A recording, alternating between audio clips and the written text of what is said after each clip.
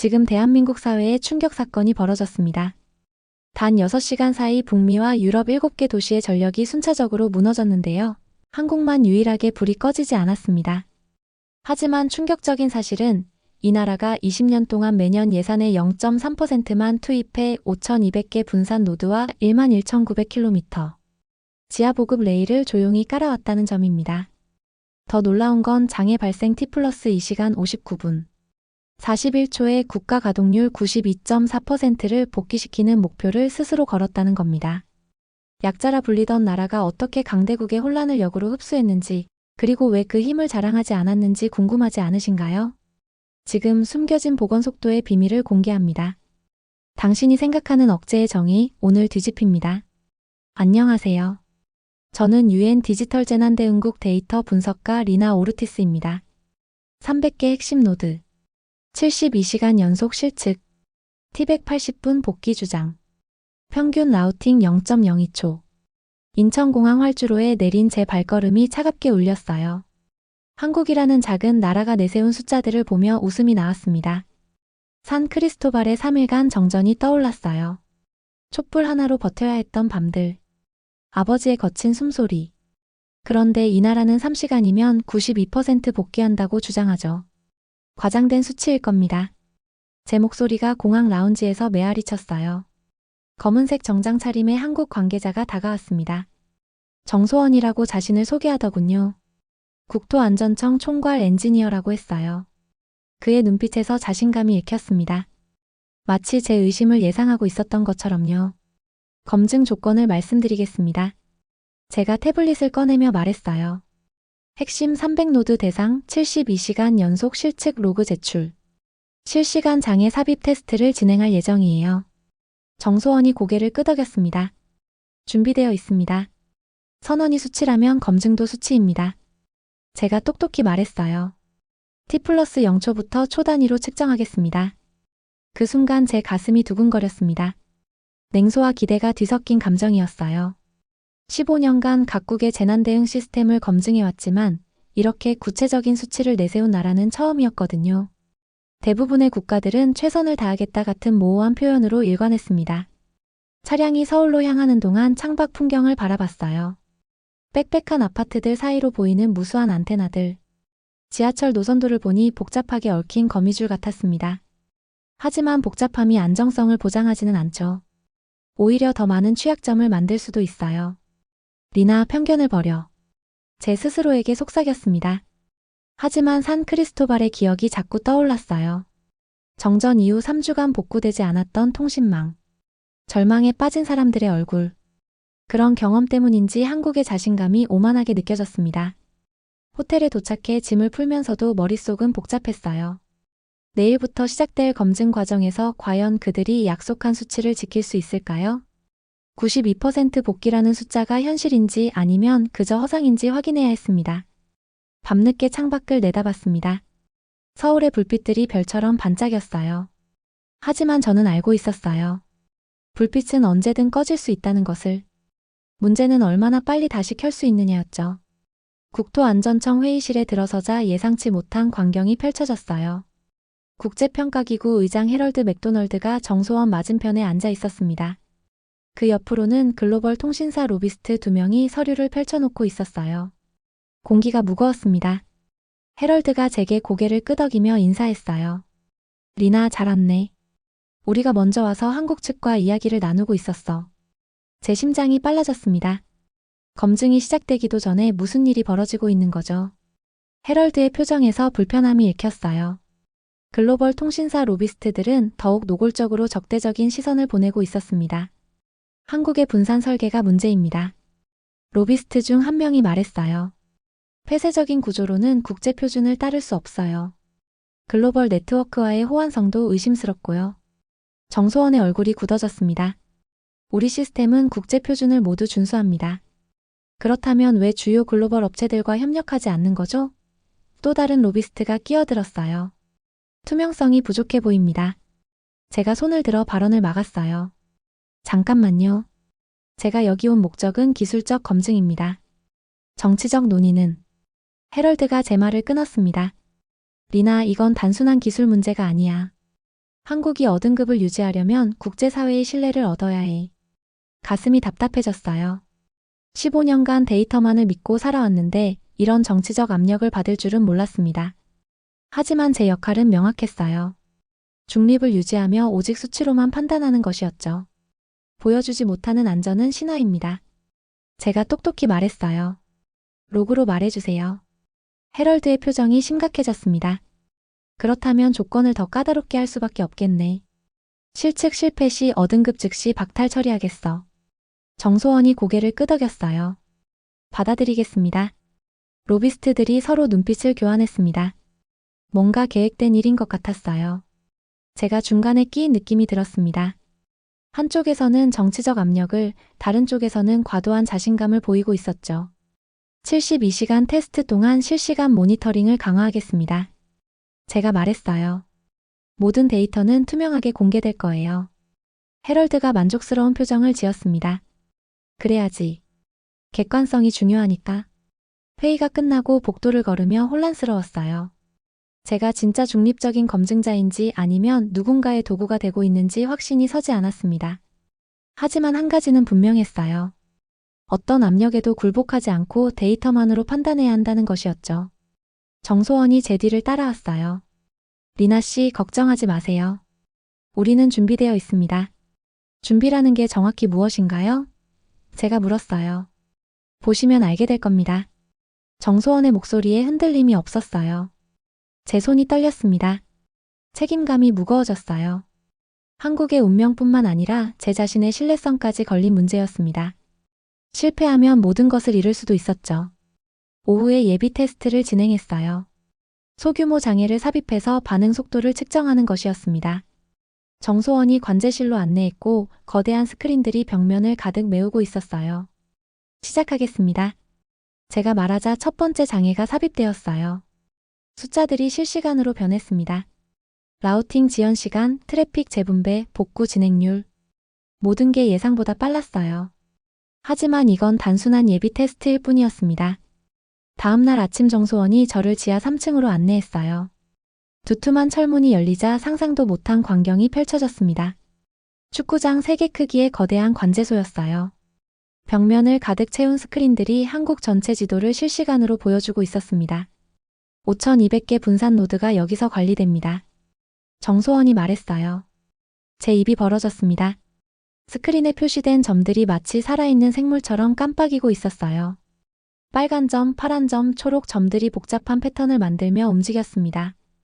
각각이 통신 노드를 의미한다고 했죠. 드롤레일 시스템입니다. 정소원이 다른 스크린을 가리켰어요. 총 11,900km의 지하 터널을 통해 18분마다 보급이 가능해요. 지하 터널 구조도를 보니 놀라웠습니다. 지하철보다도 더 촘촘하게 연결된 네트워크였어요. 작은 드론들이 배터리 팩과 소형 장비를 실어 나르는 모습이 실시간으로 보였습니다. 평균 18분 보급 슬롯이라고 하셨죠? 제가 물었어요. 정확히는 17분 42초입니다. 정소원의 대답이 즉각 나왔어요. 제 루트는 최대 9홉 이내로 제한되어 있고요. 제 의심이 조금씩 흔들리기 시작했습니다. 이론적 설계가 아니라 실제 운영 중인 시스템이었거든요. 모니터에 표시된 트래픽 흐름도 놀라울 정도로 안정적이었어요. 엔지니어 한 명이 다가와서 보고했습니다. 현재 라우팅 지연 평균 0.018초입니다. 0.018초. 주장했던 0.02초보다도 빨랐어요. 제가 직접 확인해 봤습니다. 실시간 그래프가 화면에 펼쳐졌고 수치들이 라이브로 업데이트되고 있었어요. 조작할 수 없는 생생한 데이터였습니다. 테스트를 시작해 볼까요? 정소원이 제안했어요. 첫 번째 시뮬레이션을 실행했습니다. 부산 지역 통신 노드 20개를 동시에 차단하는 것이었어요. 스크린에서 빨간 점들이 일제히 꺼졌습니다. 그 순간 놀라운 일이 벌어졌어요. 주변 노드들이 즉시 반응하며 트래픽을 재분배하기 시작했습니다. 마치 물이 흘러가듯 자연스럽게 우회 경로가 형성되었어요. 9초. 단 9초 만에 모든 트래픽이 정상화되었습니다. 어떻게 이렇게 빨라요? 제가 놀라서 물었어요. 청정망 시스템입니다. 정소원이 설명했어요. AI가 사전에 모든 우회 경로를 계산해두고 장애 발생 즉시 자동으로 전환됩니다. 두 번째 테스트를 진행했어요.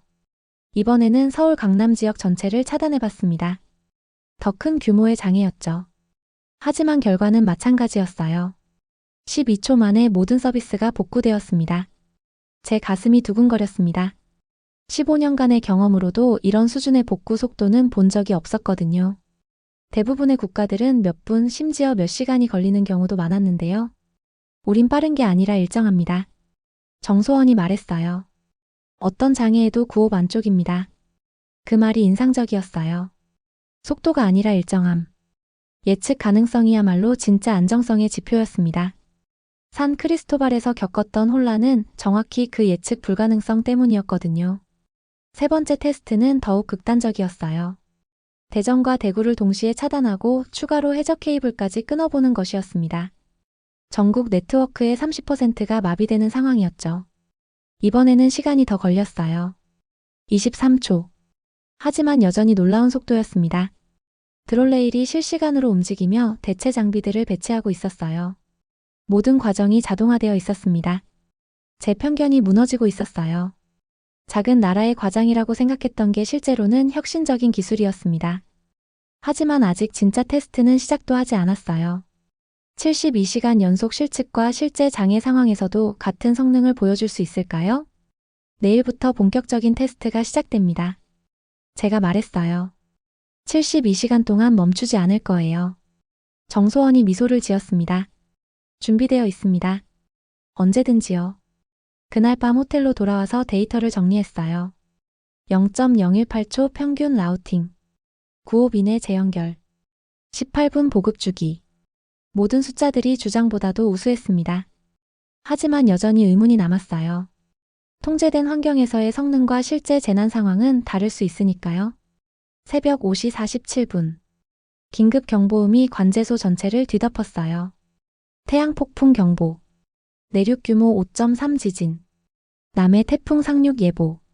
세 개의 재난 알림이 동시에 스크린을 붉게 물들였습니다. 제 손이 떨렸어요. 72시간 테스트 시작 12시간 만에 벌어진 일이었습니다.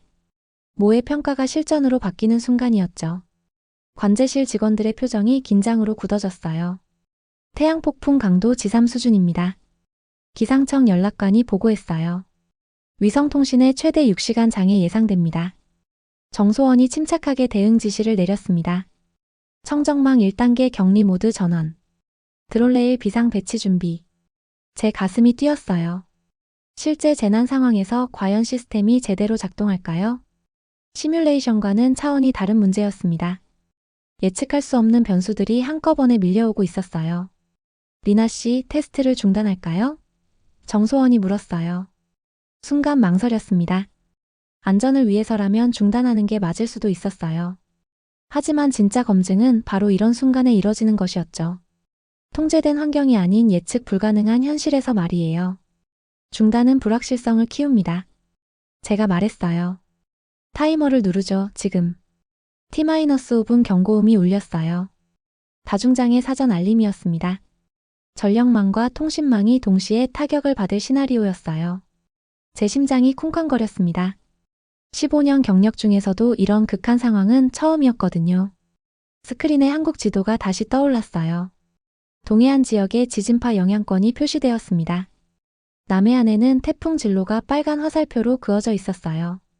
우주에서는 태양 폭풍이 지구를 향해 돌진하고 있었습니다. 첫 번째 타격 예상 시간 T3분입니다. 관제관이 외쳤어요. 정소원이 전체 직원에게 지시했습니다.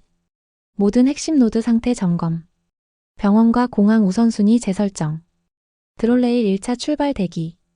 제가 실시간 모니터링 화면을 응시했어요. 평소보다 트래픽이 30% 증가했습니다. 사람들이 재난 상황을 감지하고 통신 사용량이 폭증한 것이었죠. 이런 상황에서 시스템이 견뎌낼 수 있을까요? T영초. 첫 번째 충격이 왔어요. 태양 폭풍이 위성들을 강타했습니다. 동시에 경주 인근에서 규모 5.3 지진이 발생했어요. 전력망 8개 구역이 순식간에 다운되었습니다. 스크린에서 초록 점들이 붉은색으로 바뀌기 시작했어요. 동해안 통신 노드 47개 오프라인. 관제관의 목소리가 날카로웠어요. 공포가 밀려왔습니다. 산 크리스토발의 기억이 떠올랐어요. 정전 첫날 밤의 혼란. 통신 두절로 인한 고립감. 그때와 똑같은 상황이 벌어지고 있는 건 아닐까요? 하지만 한국의 시스템은 달랐어요. 청정망이 즉시 반응했습니다. 피해를 입은 노드들을 자동으로 격리하고 우회 경로를 형성하기 시작했어요. 마치 면역 시스템처럼 스스로 치유해 나가고 있었습니다. T45초. 두 번째 충격파가 왔어요. 남해안 태풍이 상륙하면서 부산과 울산 지역 전력 공급이 중단되었습니다. 추가로 해저 케이블 2개 라인이 끊어졌어요. 전국 네트워크의 40%가 위험에 처했습니다. 이건 시뮬레이션보다 훨씬 심각해요. 제가 소리쳤어요. 정소원은 여전히 침착했습니다. 드롤레일 2차 출발. 병원 우선 전력 공급 개시. 스크린에서 작은 점들이 움직이기 시작했어요. 지하 터널을 통해 드론들이 배터리 팩과 소형 발전기를 실어 나르고 있었습니다. 18분 30초 주기로 정확하게 움직이고 있었어요. 제 눈이 커졌습니다. 이론으로만 들었던 시스템이 실제로 작동하는 모습이었어요. 재난 상황에서도 흔들림 없이 돌아가고 있었습니다. TL 시간 23분. 세 번째 파도가 밀려왔어요. 태양 폭풍 강도가 지사로 상승했습니다. GPS 신호가 불안정해지면서 물류 시스템이 마비되기 시작했어요. 하지만 드롤레일은 GPS에 의존하지 않았습니다. 지하 터널의 자기장 가이드를 따라 정확하게 목적지에 도달하고 있었어요. 전국 병원 47개소 무정전 상태 유지. 보고가 들려왔어요. 제 가슴이 벅찼습니다. 산 크리스토발에서는 병원조차 전력을 잃어 환자들이 위험에 처했었는데 이곳에서는 완전히 다른 일이 벌어지고 있었어요. 시간이 흘렀습니다. TE 시간이 다가오고 있었어요. 한국이 주장했던 복귀 시간까지 1시간도 채 남지 않았습니다. 과연 약속을 지킬 수 있을까요? TL 시간 47분. 스크린에서 놀라운 변화가 시작되었어요. 청정망이 본격적으로 움직이기 시작했습니다. 피해를 입은 노드들을 하나씩 격리하면서 동시에 새로운 연결 경로를 만들어내고 있었어요. 제 눈이 화면에서 떨어지지 않았습니다. AI 시스템이 마치 살아있는 생명체처럼 스스로 치유하고 있었어요. 빨간 점들이 노란색으로 다시 초록색으로 바뀌어가는 과정이 마법 같았습니다. 자동 제루트 진행률 78%입니다. 관제관이 보고했어요. 드롤레일이 정확히 18분 30초 주기로 움직이고 있었습니다.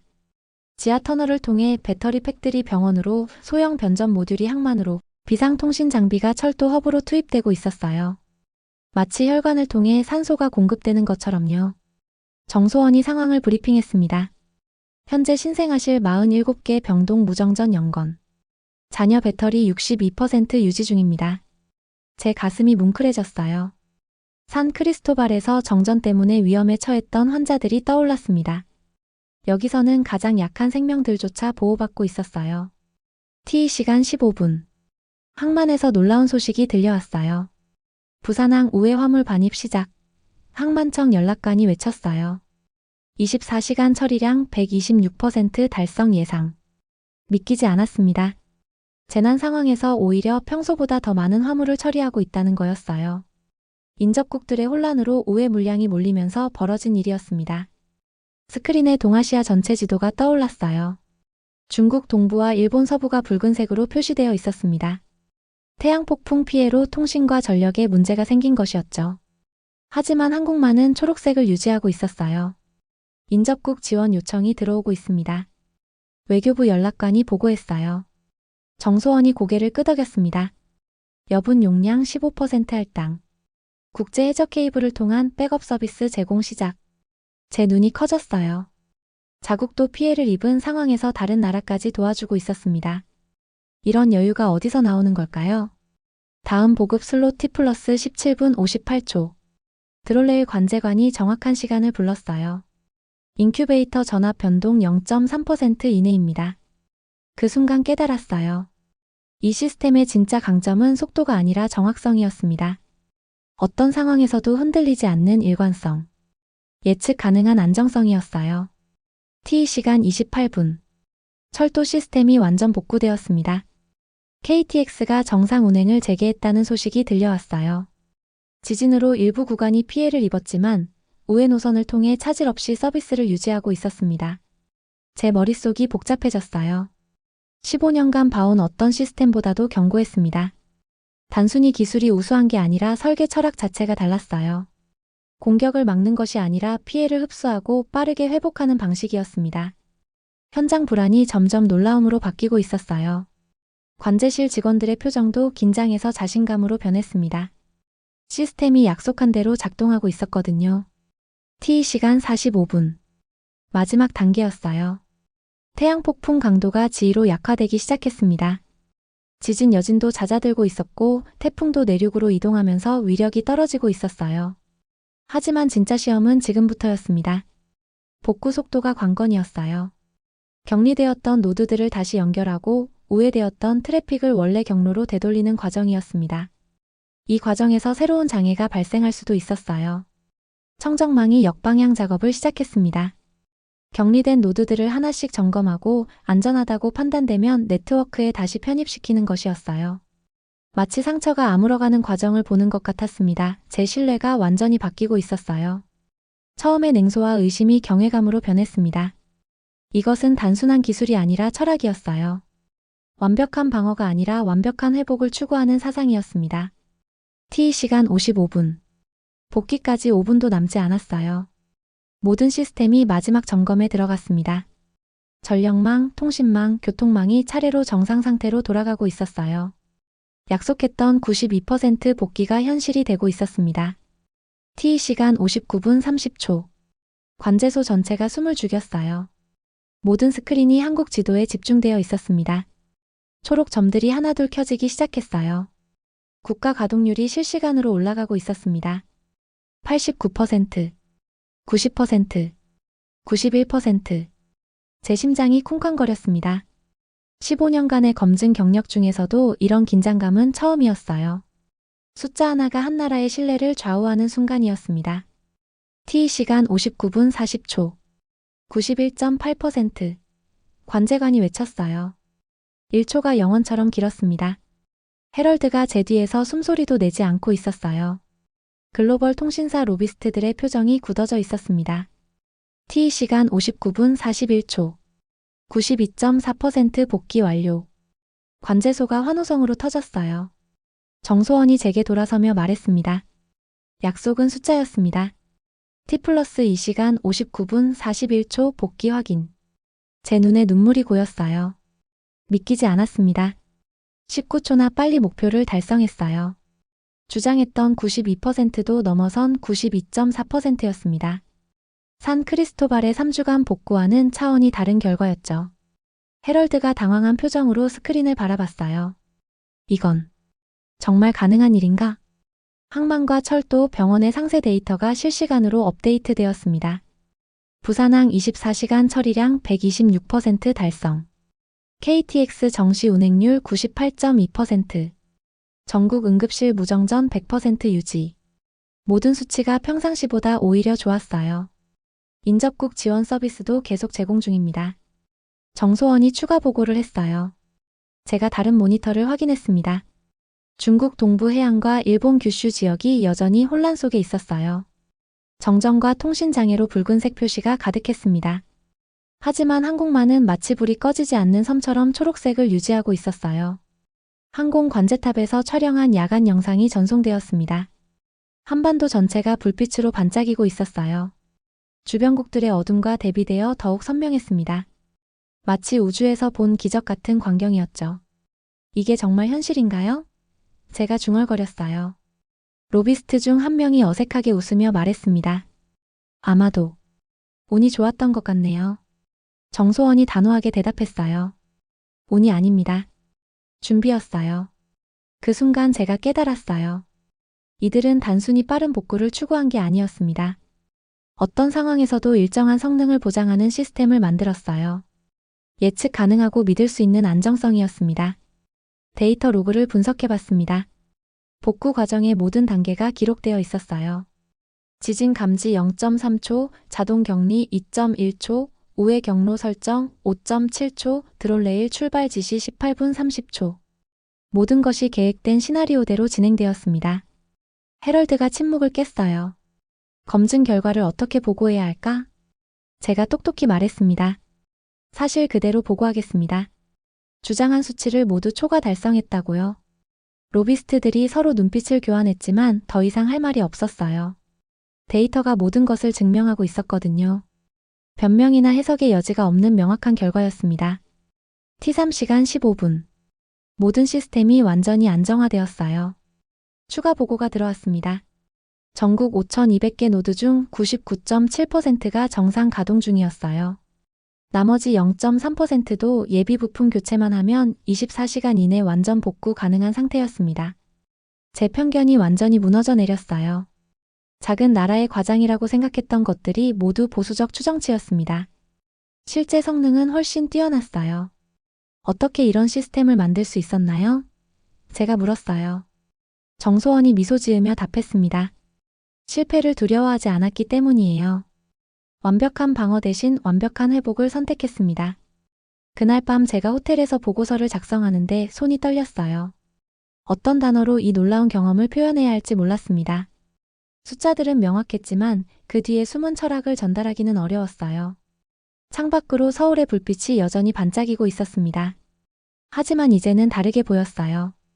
단순한 도시의 불빛이 아니라 불굴의 의지를 보여주는 상징처럼 느껴졌습니다. 72시간 검증이 끝나고 일주일 후 저는 UN 본부에서 최종 보고서를 작성하고 있었어요. 한국의 성과를 어떻게 표현해야 할지 고민이 깊었습니다. 단순한 수치 나열로는 그들의 혁신을 제대로 전달할 수 없었거든요. 보고서의 핵심 내용을 정리했어요. 티백 79분 41초 복귀. 국가 가동률 92.4%. 평균 라우팅 지연 0.018초. 신생아실 무정전 100%. 하지만 정말 중요한 건 숫자 뒤에 숨은 철학이었습니다. 헤럴드가 제 사무실을 찾아왔어요. 표정이 복잡했습니다. 리나, 이 결과를 그대로 발표하면 큰 파장이 일 거야. 사실을 숨길 이유가 있나요? 제가 반문했어요. 다른 나라들이 반발할 수도 있어. 특히 글로벌 통신업체들 말이야. 헤럴드가 걱정스러운 표정을 지었습니다. 하지만 제 마음은 이미 정해져 있었어요. 15년간 데이터의 중립성을 지켜온 제가 이제 와서 정치적 고려를 할 수는 없었습니다. 진실은 진실 그대로 전달되어야 했어요. 며칠 후 국제회의가 열렸어요. 12개국 재난대응 담당자들이 모였습니다. 한국의 성과에 대한 의견이 분분했어요. 일부는 감탄을, 다른 일부는 의구심을 표했습니다. 이런 성과가 정말 일반화될 수 있을까요? 독일 대표가 물었어요. 정소원이 차분하게 답했습니다. 기술은 공유할 수 있습니다. 하지만 철학은 각자 만들어야 해요. 그때 제가 새로운 제안을 꺼냈어요. 서울 프로토콜을 만들어 보는 게 어떨까요? 회의실이 조용해졌습니다. 모든 시선이 저에게 집중되었어요. 복원 속도를 공개하면 공격 유인을 억제할 수 있어요. 제가 설명했어요. 숨기려 할수록 더 큰 표적이 되죠. 오히려 투명하게 공개하면 공격 동기 자체를 없앨 수 있습니다. 정소원이 고개를 끄덕였어요. 우린 반격 대신 복원으로 억제합니다. 속도를 공개해 유인을 0에 수렴시킵니다. 그 말이 핵심이었어요. 전통적인 보안은 숨기고 막는 것이었는데 한국의 접근법은 정반대였습니다. 모든 걸 공개하되 복원 능력으로 위협을 무력화시키는 방식이었어요. 프랑스 대표가 관심을 보였습니다. 구체적으로 어떤 내용인가요? 분기별 오픈 벤치마크 실시. 제가 계속 설명했어요. 모든 참가국이 동일한 조건에서 보궐력을 측정하고 결과를 투명하게 공개하는 겁니다. 영국 대표가 손을 들었어요. 상호훈련은 어떤가요? 서로의 기술을 배울 수 있는 기회를 만드는 거죠. 아이디어가 구체화되기 시작했어요. 경쟁이 아닌 협력을 통한 집단 안보. 숨기는 보안에서 공개하는 보안으로의 패러다임 전환이었습니다. 일본 대표가 우려를 표했어요. 공개했다가 악용당하면 어떡하죠?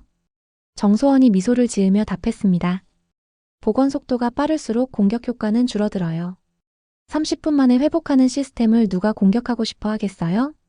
논리적이었어요.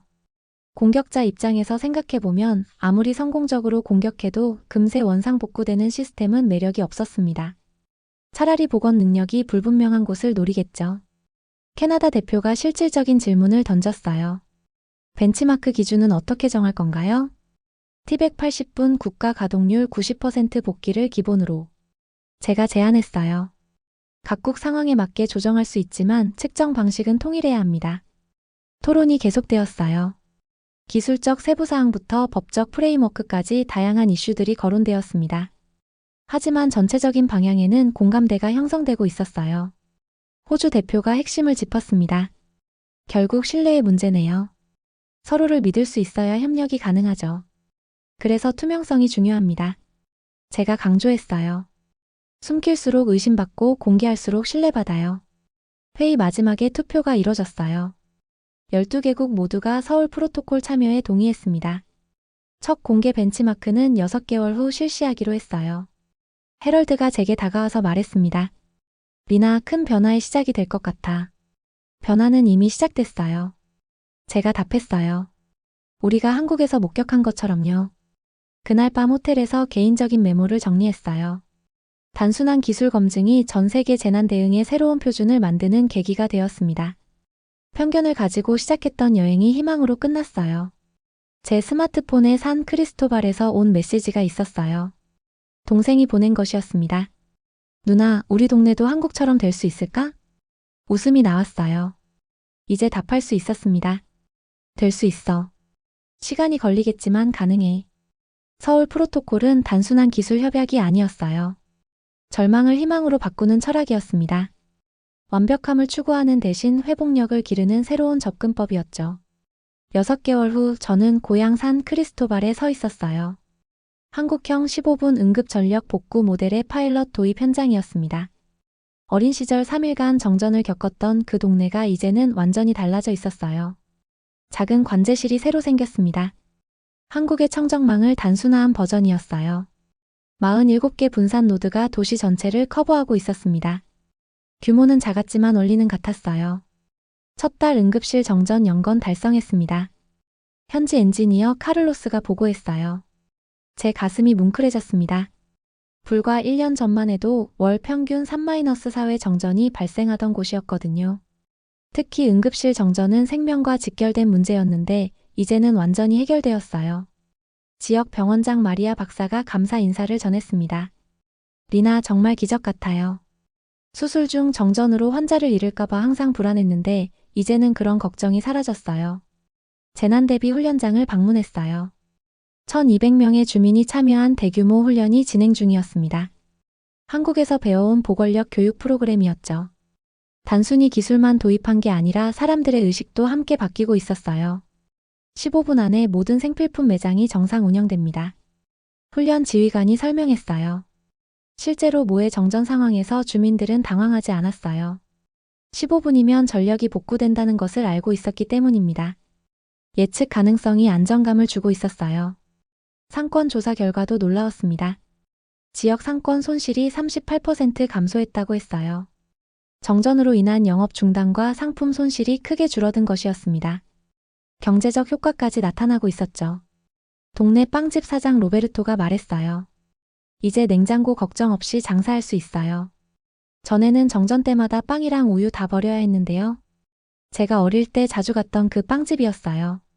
정전 때문에 문을 닫고 걱정스러운 표정을 짓던 로베르토 아저씨가 이제는 환하게 웃고 있었습니다. 저녁에 아버지 댁을 방문했어요.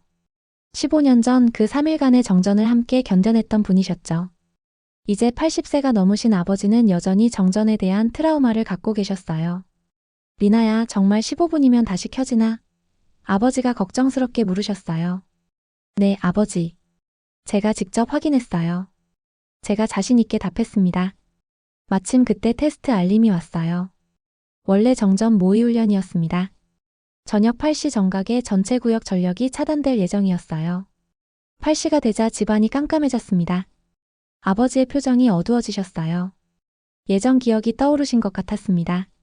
괜찮아요, 아버지. 제가 아버지 손을 잡았어요. 시계를 보세요. 1분, 2분이 지나갔어요. 아버지는 초조해하셨지만 저는 침착했습니다. 한국에서 배운 신뢰가 있었거든요. 7분이 지났을 때 첫 번째 응급 전력이 들어왔어요. 냉장고와 의료기기들이 먼저 가동되었습니다. 12분째 가로등이 켜지기 시작했어요. 14분 30초 모든 전력이 완전히 복구되었습니다. 아버지, 이번엔 촛불이 필요 없어요. 제가 말했어요. 15분이면 다시 켜지니까요. 아버지의 눈에서 눈물이 흘렀어요. 15년간 품고 계셨던 불안이 사라지는 순간이었습니다. 정말 기적 같구나. 아버지가 중얼거리셨어요. 다음날 시청에서 주민 간담회가 열렸어요. 파일럿 프로그램 6개월 결과를 발표하는 자리였습니다. 응급실 정전 0건, 상권 손실 38% 감소, 재난훈련 참여율 85%. 시장이 성과를 발표했어요. 더 중요한 건 사람들의 표정 변화였어요. 예전에 불안한 얼굴들이 이제는 자신감으로 바뀌어 있었습니다. 예측 가능한 안전이 주는 심리적 효과였죠. 한 주민이 손을 들고 질문했어요. 다른 도시에도 이런 시스템이 확산될까요? 서울 프로토콜에 따라 점진적으로 확산될 예정입니다. 제가 답했어요. 우리가 성공 사례를 만들어가고 있어요. 간담회 후에 정소원에게서 메시지가 왔어요. 한국에서 2차 공개 벤치마크 결과가 나왔다는 내용이었습니다.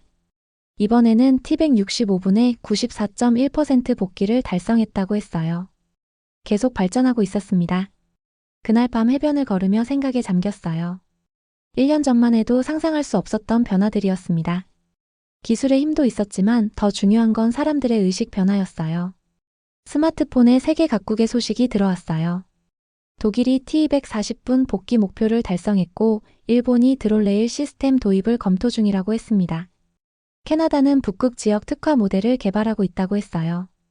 서울 프로토콜이 전 세계로 확산되고 있었어요. 각국이 자신만의 방식으로 보건력을 키워가고 있었습니다. 경쟁이 아닌 협력으로 숨기는 보안이 아닌 공개하는 보안으로의 전환이 현실이 되고 있었죠. 집으로 돌아가는 길에 아버지가 창가에 서 계셨어요. 예전처럼 정전을 걱정하는 표정이 아니라 편안한 미소를 지으고 계셨습니다. 아버지, 이제 안심하세요. 제가 말씀드렸어요. 고맙다, 리나야. 네가 우리에게 희망을 가져다 줬구나. 그 말씀이 제 마음 깊이 와닿았어요. 15년 전 촛불 하나로 버텨야 했던 그 어두운 밤들이 이제는 추억이 되었습니다. 15분이면 충분한 세상이 되었어요. 끝까지 들어주셔서 감사드립니다.